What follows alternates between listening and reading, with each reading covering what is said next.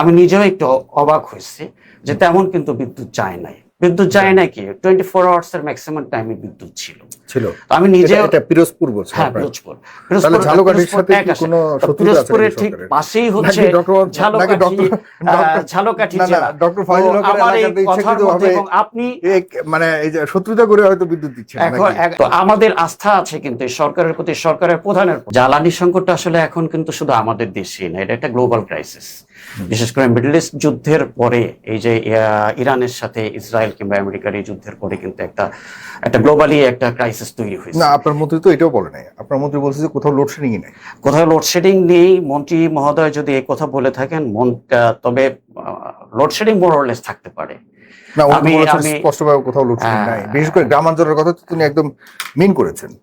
হয়তো এখন আমার বিজ্ঞ আলোচক যিনি যেভাবে বললেন, আমি নিজেও কিন্তু গ্রামে আমার এলাকায় আসা যাওয়া আছে। খুব রিসেন্টলি গিয়েছিলাম এই জুলাই মাসের লাস্ট উইকে। আমার আপন ভাই, আমার সেজ ভাই মারা গিয়েছিলেন। তো সেখানে আমি যে কয়দিন অবস্থান করছি, আমি নিজেও একটু অবাক হয়েছি যে তেমন কিন্তু বিদ্যুৎ যায় নাই। বিদ্যুৎ যায় নাকি 24 আওয়ার্স এর ম্যাক্সিমাম টাইমে বিদ্যুৎ ছিল। আমি নিজে এটা পিরোজপুর বলছেন? হ্যাঁ, পিরোজপুর। তাহলে ঝালকাঠির সাথে কি কোনো শত্রুতা আছে? পিরোজপুরের ঠিক পাশেই হচ্ছে ঝালকাঠি জেলা। ডক্টর ফাইজুল হকের এলাকাতে ইচ্ছাকৃতভাবে এবং আপনি মানে এই যে শত্রুতা করে হয়তো বিদ্যুৎ দিচ্ছেন। এখন ফাইজুল হক ভাই আরো অনেক কথা বলছেন, যে কথাগুলো যদি আমি পয়েন্ট টু পয়েন্ট করি, এখানে বসুন্ধরা এস আলম কিংবা এমজিএম মেঘনা গ্রুপ নিয়ে আলোচনা করতে গিয়ে সালাউদ্দিন ভাই সম্পর্কে বলেছেন, তার গাড়িতে চড়েছেন। আসলে সালাউদ্দিন ভাই একবার তিনি যখন দেশে এসে প্রথম তার এলাকায় গিয়েছিলেন, তখন তিনি যে গাড়িটায় চড়েছিলেন সেই বিষয়ে কিন্তু উনি ক্ষমা চেয়েছেন, যেটা ভুল হয়েছে। উনি কিন্তু মানে অ্যাপোলজি চেয়েছেন, জাতির কাছে চেয়েছেন, দলের কাছে চেয়েছেন। এই বিষয়টা কিন্তু অলরেডি ডিসাইডেড। এই বিষয় যদি আমরা বারবার উত্থাপন করি, যে এখনো পর্যন্ত যেই এস আলমের কারণে এই দেশের শেখ হাসিনা ফ্যাসিস্ট হয়েছিল, যে এস আলমের কারণে এদেশের অর্থনীতি, এদেশের বিদ্যুৎ থেকে শুরু করে সবকিছু ধ্বংস হয়ে গিয়েছিল, সেই এস আলমের গাড়ি কেন ওনাকে চড়াতে যাবে? না, এটা এখনো পর্যন্ত কেন এস আলম প্রাসঙ্গিক নয়? কেন এস আলমের বিরুদ্ধে তেমন কোনো ব্যবস্থা নেওয়া হয়? 5ই আগস্টের পরে তখন কিন্তু দেশের পরিস্থিতিটা আপনারা এখানে সবাই আপনারা অবগত আছেন। তখন কিন্তু একটা অন্যরকম পরিস্থিতি, স্বাভাবিকভাবে দীর্ঘ ফ্যাসিবাদী একটা সরকার মানে এমন ভাবে এদেশের মানে এই জাতির ঘাড়ে চেপে বসেছিল। সেই অবস্থা থেকে আমরা কিন্তু মুক্তি পেয়েছিলাম 5ই আগস্ট। এবং তারপরে চেপে বসেছিল সেই এস আলমরা কি এখনো মনে করেন যে তারা তাদের জায়গা থেকে চলে গেছে? ডেফিনেটলি আমরা মনে করি এদেশের জনগণ এস আলম নেই, এবং এস আলমের প্রভাবের বিষয়টা ডিফারেন্ট। এটা ম্যান টু ম্যান আপনারা আলোচনা এখানে করে আপনি আমাকে তথ্য দিয়ে বলতে পারেন যে এখানে আছে, আমি আবার পাল্টা যুক্তি দিয়ে বলবো যে এখানে নেই।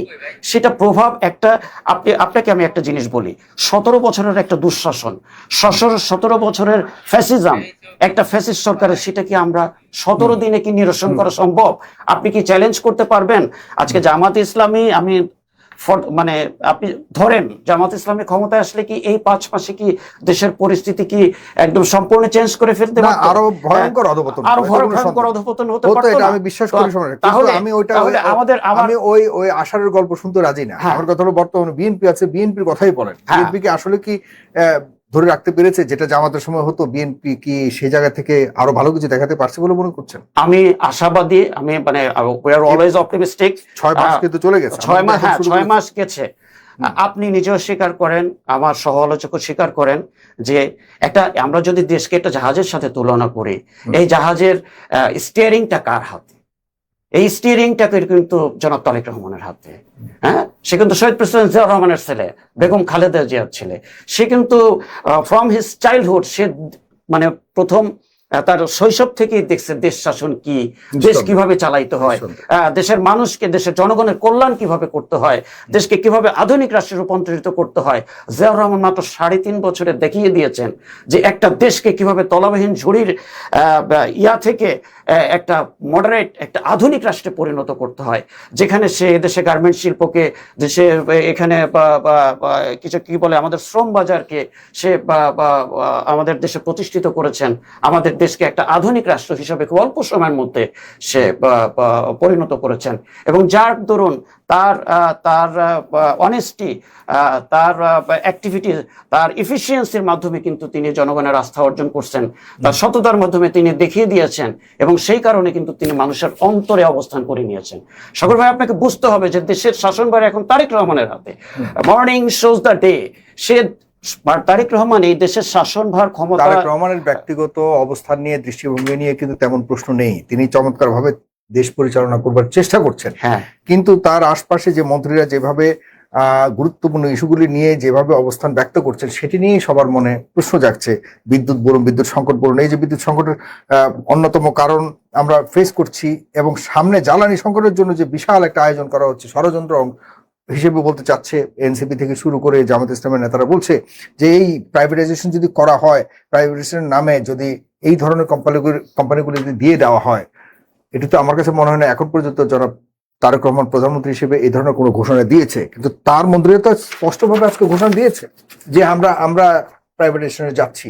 এই বিপিসি নামক এত বড় একটা প্রতিষ্ঠানের এত লাখ লাখ টন, কোটি কোটি টন মনে হয় বাংলাদেশের মতো একটা, সেই একটা বিশাল আর্থিক বিষয়টাকে যখন আপনি প্রাইভেট কয়েকটা কোম্পানিকে দিয়ে দিবেন, তখন কি আপনি মনে করেন তারেক রহমান সাহেব নিজের জায়গায় থাকতে পারবেন? আর আমি সাগর ভাই, আপনি নিজে বলেছেন তারেক রহমান সাহেব তার মন্ত্রিপরিষদে যারা আছেন, বিশেষ করে এই মন্ত্রণালয়গুলো, জ্বালানি খনিজ বিদ্যুৎ মন্ত্রণালয় খুবই সেন্সিটিভ মন্ত্রণালয়, এবং এই মন্ত্রণালয়গুলো চালাইতে গেলে অবশ্যই তাদের মানে সামথিং স্পেশাল এফিসিয়েন্সি দরকার।